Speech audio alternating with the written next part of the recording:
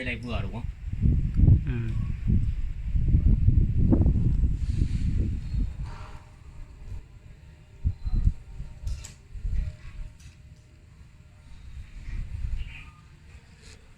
Lúc mới lên nghe sáo hay vãi.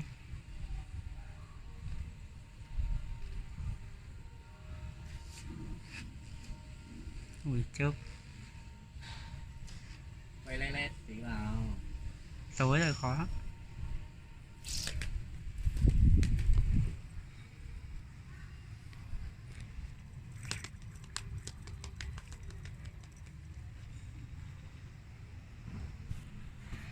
Con đèn kia đèn cảm biến hay sao ấy nhỉ?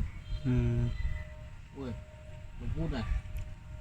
Hôm nay nghe tiếng nó to nhất đấy nhỉ. Ừ. Các bạn cái con cốc kia là không ấy.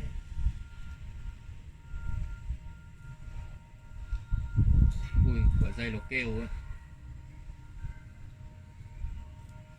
Ấy.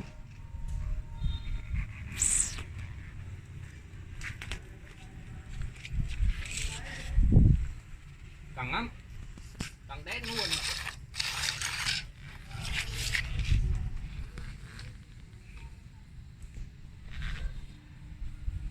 Thôi, anh không tuôn được đâu.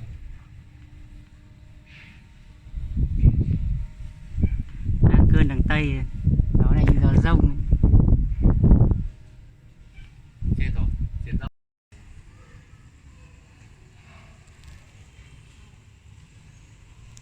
Ôi thả này thôi chứ. Chứ đéo nghe tiếng nào. Bé vãi lồn à.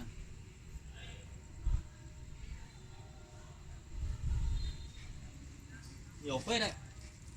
Chưa hết đường lửa. Đến chỗ nối chưa? Nối nào. À đấy cốt khác. Nối kia Ui kìa. chim. Đằng sau này. Chim di cư. Ấy. Cháy tay.